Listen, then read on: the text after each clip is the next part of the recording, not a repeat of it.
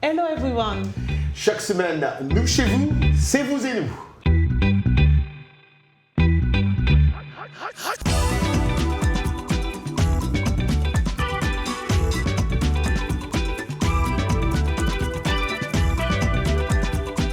On est ravis de vous retrouver comme chaque semaine et au programme de l'émission, danser pour déstresser, enlever également l'anxiété. C'est ce que préconise une musicothérapeute à Los Angeles. Ah, super.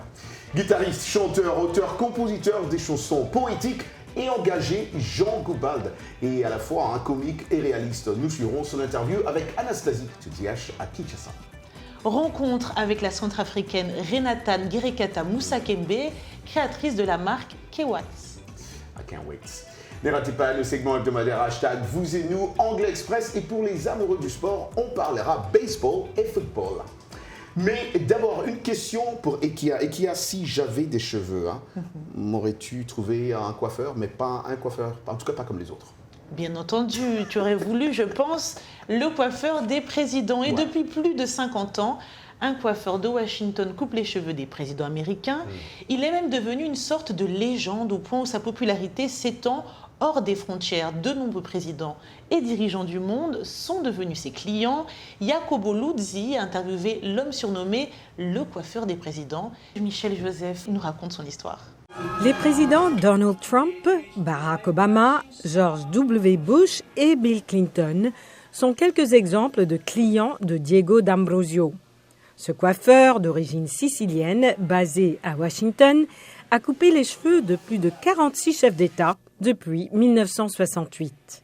Pour lui, c'est un privilège de couper les cheveux de tant de personnalités politiques, mais il ajoute que chaque client est important. Tout le monde est important. Les personnes qui viennent ici, nous leur donnons la même chose. En 2010, le maire de Washington DC a renommé la rue où se trouve son salon de coiffure. Avant, c'était Q Street. Maintenant, c'est nommé Allée Diego D'Ambrosio. Les fidèles clients reviennent parce qu'ils sont satisfaits non seulement de son travail, mais à cause de son implication dans la communauté locale. Je viens ici depuis près de 40 ans. Lorsque tu arrives ici, c'est comme être en famille. Et de toute évidence, il est un excellent coiffeur et me donne toujours une meilleure mine. Diego est coiffeur depuis plusieurs décennies et malgré quelques problèmes de santé, il n'a toujours pas l'intention de passer la main. Je veux vous dire très sérieusement, j'aime mon travail, j'aime les gens, j'aime voir les gens, j'aime les servir et ça marche. Il m'apporte de l'argent. L'âge de ce fameux coiffeur reste un mystère. Même les personnes qui travaillent quotidiennement avec lui ne savent pas s'il prendra sa retraite un jour. Ne pense pas que tu es malade ou vieux. Je ne pense jamais que je suis vieux. Diego D'Ambrosio envisage de garder les portes ouvertes pour encore longtemps, car pour lui, les termes « entreprise fermée » ne feront jamais partie de son vocabulaire. Et qui a clairement, ce monsieur doit avoir beaucoup de qualités. Tu sais, j'avais un ami qui me disait souvent, quand on parlait de son métier, combien un coiffeur, non seulement doit connaître parfaitement toutes les techniques, mais aussi être attentif à ce qu'il fait, être patient, accueillant, dynamique et aussi aimer le dialogue, mais savoir rester discret et savoir respecter le silence désiré par certains clients, parce qu'on sait comment les coiffeurs aiment bien parler, mais il y a quand même, il faut respecter le silence de clients. Toi, je suis sûre que tu aurais parlé avec eux. Bien sûr, moi je parle toujours. Toute autre chose, Jean Goubald est un chanteur à texte. Depuis le début des années 80, sa musique a une place particulière au pays de la rumba, un peu comme celle d'un Pascal Lokwakanza. Le style Jean Goubald, ce sont des paroles empreintes de poésie et de réflexivité et d'humour sur un rythme moins frénétique et avec un niveau sonore moins tonitruant, qui, avec celui contemporain, le chanteur a donné récemment son premier concert et qui a, depuis sa débâcle politique, sa candidature à la députation d'abord victorieuse, a été invalidée par la Cour constitutionnelle. Anastasie Tudiache nous en parle un peu plus. Je suis Jean Goubald Kalala, artiste musicien congolais et philosophe. Aux origines de sa passion, les grands noms de la rumba, musique source au Congo, et sa famille. On avait l'habitude de prier à la maison, papa, maman et les enfants. Et chaque fois, il y avait une chanson à la fin de la prière que maman entonnait. Fumumwena banto, bavika bebe bakupa didi. C'est tout bonnement. Oh là là, j'ai envie de pleurer parce que papa est parti déjà. Le chanté de Jean Goubalde s'est quant à lui transformé peu à peu en campagne électorale. Mais le succès n'a pas été au rendez-vous cette fois-ci. D'abord élu député, le chanteur a vu sa candidature invalidée par la Cour constitutionnelle, une expérience qui l'a marqué. J'ai ressenti de la colère, de la déception, mais finalement je me dis, mais puisque c'est ça qu'on est venu combattre, il faut le faire avec. Est-ce cette combativité que les fans du chanteur apprécient ? Pour Gaylor, la réponse va bien au-delà.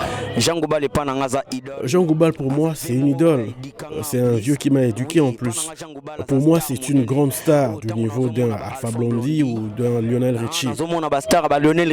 Interrogé sur la chanson parmi les plus de 200 qu'il a composées et qu'il voudrait que l'on retienne, l'artiste n'hésite pas une seconde. T'as tout pour être riche, tu fais tout pour vivre pauvre. Il y a une ère nouvelle qui s'ouvre. Veux-tu sortir de ta niche, oh ma biche? Aïe aïe, Africano, oh yeah. Africano, il est temps que tu te réveilles. Il faut que tu travailles, oh yeah. Télématukende, monde a pris vitesse, Africa vit paresse. Alors qu'ailleurs on bouge, l'Afrique a pris refuge. Merci à Anastasie Tudièche pour cet entretien avec Jean Goubalde Kalala, un artiste engagé, un grand amoureux des mots, on le sent vraiment bien. Et je ne sais pas ce que tu en penses, Roger, mais j'aime beaucoup sa façon de chanter en lingala, elle est très intéressante. Quand on écoute certaines de ses orchestrations, on peut aisément s'imaginer être à Cuba ou dans un cabaret en France, car il a vraiment une sorte de rumba sans frontières et j'aime beaucoup. Moi aussi, j'adore. Toute autre chose, elle s'appelle Renata Ngerekata Moussa-Kembe, canadienne d'adoption, mais centrafricaine avant tout.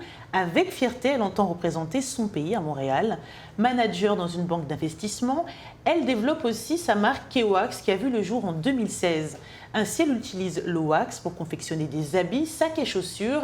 Elle s'est entretenue avec notre collègue Firmin Max Koyaweda lors de son récent passage à Washington. Je m'appelle Renata Ngerekata Moussa-Kembe.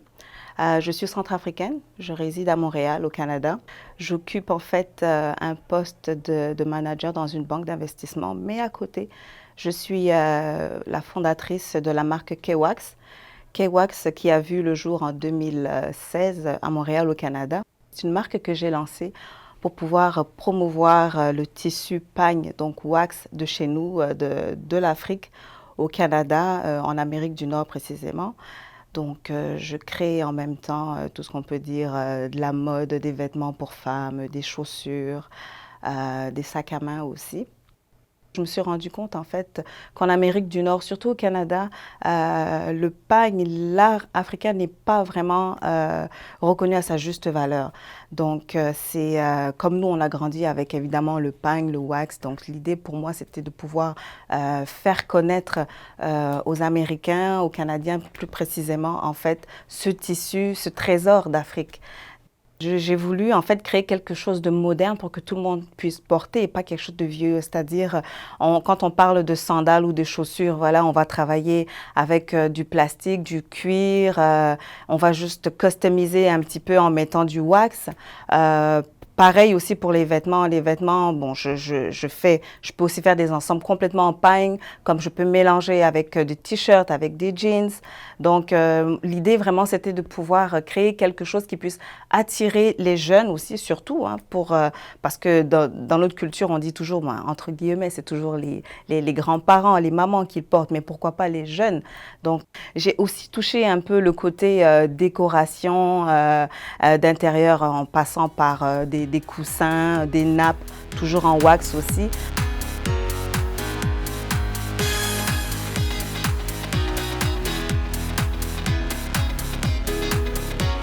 Déjà, K-Wax, c'est sûr que l'idée, ce serait vraiment d'implanter ne serait-ce qu'une boutique, un magasin, un comptoir en République centrafricaine. Puis en même temps aussi voir la possibilité de pouvoir trouver des personnes qui puissent nous aider à pouvoir confectionner tous les produits de Kewax en République centrafricaine, parce que je sais qu'on a de la main-d'œuvre, je sais qu'on a des personnes qui sont très douées en République centrafricaine. Ça permettra aussi en même temps de pouvoir donner aussi du travail à ces personnes-là. Je suis très contente en fait d'être là aujourd'hui, de pouvoir présenter mon projet et aussi de pouvoir encourager les femmes, toutes ces personnes qui ont le désir de vouloir créer un business, que ce soit petit, il faut toujours avoir de l'espoir, se battre et d'être visionnaire, de ne pas lâcher. Donc j'encourage beaucoup ces femmes-là pour pouvoir relever tous les défis que la vie peut nous offrir en fait. Merci beaucoup. Merci à vous. Bon séjour à Washington. Je vous remercie. Merci. Renata Ngerekata Moussa-Kembe était aussi, et qui est mon invité dans mon émission radio RM Show. C'était vraiment un grand plaisir de la voir. Je lui ai dit même combien nous sommes fiers d'elle. Elle est déterminée, elle travaille durement, ça se voit d'ailleurs, pour son business de créer les produits africains en Amérique du Nord. Et moi, je suis content de voir ces fils et ces filles d'Afrique consommer local ici aux États-Unis. Je suis sûre que tu serais très content aussi. Elle est membre du comité de Miss Centrafrique et le prochain rendez-vous est fin novembre. Ouais. On n'était pas à la première édition, Oui, on ira sans doute à la deuxième. Mais allons-y, vraiment, on doit y aller. Voilà, ce qui nous amène d'ailleurs à la question hashtag vous et nous de cette semaine. Est-ce que vous consommez les produits locaux et pourquoi? Kayo Nuba Arnaud N'Djamena, rares sont les Africains qui consomment les produits locaux. On a tendance à préférer les produits importés d'Occident ou d'Amérique au détriment des locaux, soi-disant que c'est plus luxueux, de classe et original, alors que la plupart de ces produits importés sont d'origine douteuse. Du coup, je privilégie d'abord le local pour une bonne marche de l'économie de mon pays. Je regrette également que la plupart de nos produits locaux ne soient pas transformés en produits finis au Tchad. Lao Toumba à Conakry en Guinée, il y a eu une initiative lors de la fête de la Tabaski qui incitait les Guinéens à travers le monde à choisir le lépi comme habit de fête et cette initiative a été très suivie. Archiduc Théodore N'Djamena au Tchad, j'aime les produits locaux car c'est l'expression d'un véritable nationalisme. Blaise Alitouka, Lubumbashi en République démocratique du Congo, les produits locaux sont plus chers que les produits importés. Dans certaines cérémonies, on est gêné de se présenter avec car ils sont considérés comme des habits de pauvres. English Time avec Michel Joseph qui nous revient, comme d'habitude, chaque semaine, avec une nouvelle leçon d'anglais express. Bienvenue à l'Anglais Express. Les verbes used to et would. Used to et would, ça veut dire avoir l'habitude de faire quelque chose. Et les deux décrivent une action à répétition dans le passé. Trouvons les exemples pour le mode d'emploi. When I started working here, I would go to the coffee shop every day. Ou bien, when I started working here, I used to go to the coffee shop every day. Donc, quand j'ai commencé à travailler ici, j'avais l'habitude de me rendre au café tous les jours. Et dans ces deux cas, would et used to s'emploient de la même façon et il n'y a pas vraiment de différence.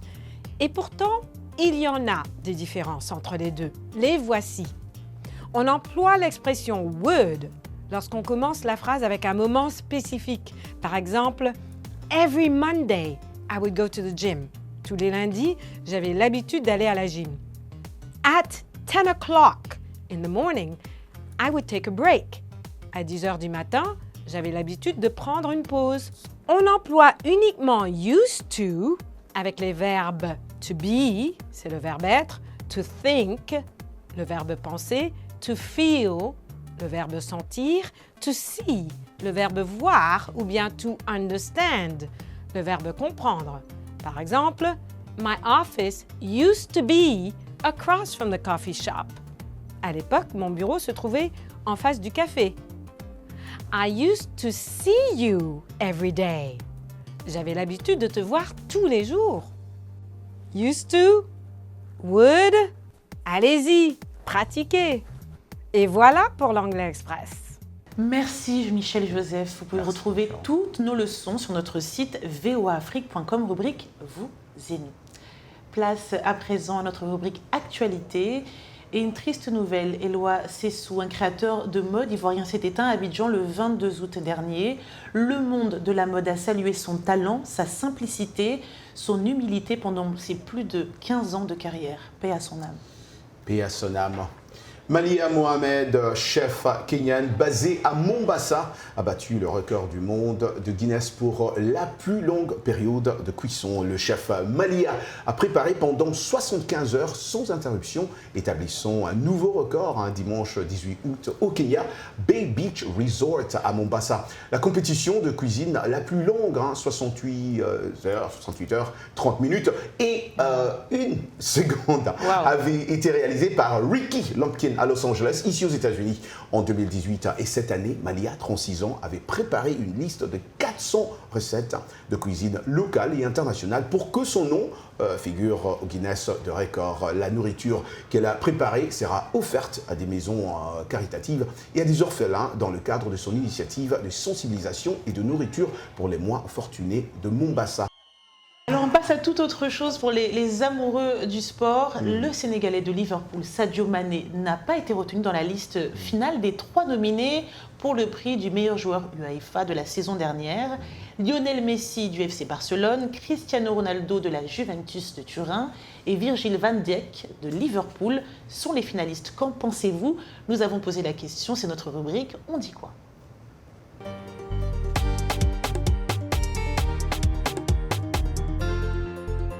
Au Liverpool, il a beaucoup joué, donc il méritait le ballon d'or. Je pense que Sadio Mané a du mérite et c'est malheureux qu'il n'aille pas bien loin, sachant qu'il a le même niveau que les autres.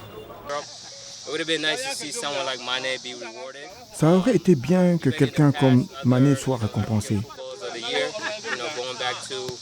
Même dans le passé, d'autres footballeurs de l'année comme Mo Salah, Samuel Eto'o, Didier Drogba, je crois, avait le potentiel d'être sélectionné dans les 3 premiers choix du Ballon d'Or. Ce n'est pas arrivé. C'est encore une opportunité manquée de la part des dirigeants de capitaliser sur la diversité et l'exclusion. Franchement, ça m'étonne. Ça étonne comme tout bon Sénégalais d'ailleurs. On s'attendait à se faire passer les 3, on ne comprend plus. Ça ressemble à quoi en fin de compte là? Est-ce qu'il n'y a pas une petite mafia au niveau de ces sélectionneurs étrangers là? Parce que franchement, jusqu'à présent, ils continuent à faire de bons résultats. Donc normalement, logiquement, comme toutes les presses, j'ai écouté l'autre jour une grande radio de la place, Radio Foot Internationale, qui s'occupait de ça. Mais en fait, tout le monde s'étonne à ce qu'elle ne soit pas choisie. On continue à parler de sport, mais ailleurs et dans une autre discipline. Pas très populaire en Afrique en tout cas, il faut l'avouer, le baseball fait parler de lui en Ouganda. Et c'est grâce à la passion d'un coach, comme nous allons le voir dans ce reportage réalisé à Kampala par Halima Atoumani. Le récit est de Yakuba Ouedraogo. George Wilson Mukwege a travaillé durant la dernière décennie comme entraîneur de baseball en Ouganda et les 3 années passées comme instructeur de la Ligue majeure de baseball en Afrique. Il le reconnaît, il y a des talents impressionnants au Kenya, en Afrique du Sud, en Tanzanie et en Ouganda. Le hic, selon Mukwege, c'est que peu de magasins de sport vendent de l'équipement de baseball qui manque en plus d'installation et de soutien. Le baseball fait face à un grand défi parce que les gens ont peu de connaissances sur cette discipline considérée comme un jeu sacrément cher. Ils disent peut-être la prochaine fois. Ils sont pour des sports rapides comme le football, l'athlétisme, le volleyball et le basketball. Mais avec le baseball, c'est vraiment difficile. Les joueurs de baseball ougandais dépendent fortement des dons des États-Unis et du Japon. Le Conseil national des sports affirme que le baseball ne fait pas partie de ses priorités. L'une des choses qui manque actuellement et qui pourrait être beaucoup améliorée, du côté du baseball comme du gouvernement, c'est de donner à l'équipe la chance de jouer. Aujourd'hui, elle ne joue essentiellement que contre le Kenya, le Nigeria, le Ghana et l'Afrique du Sud. Donc peut-être que s'il y avait beaucoup plus de pays en compétition, cela sensibiliserait les gens. Malgré ses limites, le baseball a parcouru un long chemin en Ouganda. En 2012, le pays est devenu le premier en Afrique à participer au Little League Baseball World Series en Pennsylvanie. Le premier jour où je suis venu, ils ont dit « Nous avons les gants et un bâton de baseball ». J'ai dit « Je vais essayer et voir ». Quand je me suis entraîné pendant 1 mois, ils m'ont appelé et m'ont dit « Tu sais quoi, nous t'emmenons en équipe nationale des moins de 12 ans ». J'ai répondu « Ok ». En mai, l'équipe nationale ougandaise a terminé 2e derrière le pays hôte, l'Afrique du Sud, au tournoi préqualificatif des Jeux Olympiques. De quoi inspirer plus de joueurs. Je sais ce que je veux, le coach m'aime et je me suis intéressée à la première base. C'est tellement intéressant. Un amour pour la discipline qui pourrait grandir davantage grâce au travail d'encadreurs comme Mukwebe qui promeut le baseball en Ouganda et sur le continent. Du baseball en Ouganda, qui l'eût cru? Un bel exemple qui prouve qu'aucun préjugé ne doit empêcher personne de pratiquer un sport. Passer du temps sur la plage et danser pour se défaire de la douleur, de la peur et du désespoir, c'est ce que préconise Julia Winchester-Polski, une musicothérapeute habitant à Los Angeles. Elle conseille les vertus bienfaisantes de la danse à ses patients afin de les aider à réduire leur stress et leur anxiété tout en apprenant à vivre en paix. Angelina Bagdasirian a rencontré cette thérapeute atypique pour apprendre davantage sur le pouvoir de la danse. Dili Diko nous raconte. Julia Winchester-Polski explique que chaque mouvement contribue à un objectif. Pendant qu'elle écoute de la musique via son casque, Julia danse et s'abandonne à une véritable catharsis de ses émotions. Mon père est décédé subitement il y a 9 ans et j'ai réalisé que la danse m'aidait à gérer mes émotions et ma tristesse. J'ai pu mieux me comprendre en dansant. Ce qui a commencé comme un passe-temps est devenu un métier. Julia s'est lancée dans la thérapie à travers la danse. Elle a obtenu un diplôme de conseillère en santé mentale et s'est spécialisée dans la thérapie par les arts expressifs et les mouvements de danse. La thérapeute a su choisir la salle de danse idéale, une plage dorée de Venice Beach à Los Angeles. Nous étudions les liens étroits entre les mouvements du corps et les émotions. Nous apprenons à utiliser la musique et la danse pour nous aider à nous débarrasser de la dépression, à réduire le stress et à surmonter les traumatismes de l'enfance. Chaque lundi, des dizaines et parfois même des centaines de personnes se rendent sur cette plage. Munies de casques, elles pratiquent la danse thérapeutique. Les cours coûtent $20, mais même ceux n'étant pas en mesure de payer sont toujours les bienvenus. Pour Julia, c'est très simple. Si quelqu'un ressent le besoin de venir, il est accueilli les bras ouverts. La thérapeute montre les mouvements et les gens tentent d'exprimer leurs émotions par la danse en essayant de laisser leur peine sur la plage.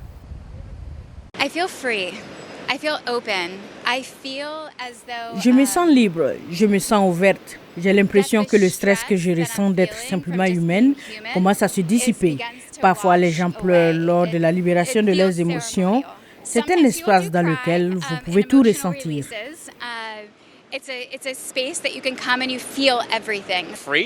Libre, je suppose. C'est comme s'il n'y avait personne autour de moi et que je ne faisais que danser dans l'océan avec plein d'éclaboussures. C'est génial.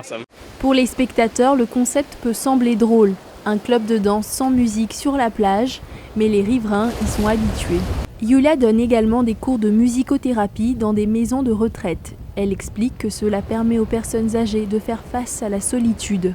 La danse ne sert pas uniquement lors des mariages. Quelle que soit votre humeur, la danse a un impact sur vous. Les gens vous disent peut-être « Oh, je n'ai pas envie de danser », mais c'est exactement à ce moment-là qu'il faut danser. J'essaie toujours de danser plusieurs fois par semaine en tout cas et j'en ressens immédiatement les bénéfices en tout cas. D'ailleurs, je fais partie d'un groupe de papas qui dansent pour mes filles. Ça se passe bien? Ça se passe trop bien. Pour beaucoup de gens, le stress est tellement banal qu'il est presque devenu un mode de vie. C'est pas bien ça. Ouais, exactement. Et oui, mais dès que l'on commence à danser, moi j'ai remarqué ça, on se sent bien, on se sent vivant, ancré à la terre, si je peux le dire ainsi. Le mouvement et la musique nous détendent tellement et nous procurent de la joie, n'est-ce pas, Iki? Je suis entièrement d'accord. Et même si on ne sait pas danser. Mais voilà, même si on peut juste sauter. Mais des fois, des personnes, elles dansent tellement mal que j'essaie de ne pas les regarder sans j'arrive plus à danser. Mais l'essentiel, c'est d'être heureux de danser, quoi. C'est agréable, ça fait du bien. C'est danser. Tu t'oublies. Tu t'oublies, exactement ça, tu t'oublies. Moi, je voulais vraiment pas faire la danse des papas, là, mais quand j'ai fait ça, j'ai adoré. J'ai adoré. Ma fille se moquait de moi, mais bon. Pourquoi? Elle dit, papa, arrête. Elle, c'est des grandes danseuses en plus. En plus. Alors, voilà. Merci à vous de nous avoir suivis via nos stations partenaires. Un clin d'œil, comme d'habitude, à la radio-télé Mwangaza à Lubumbashi.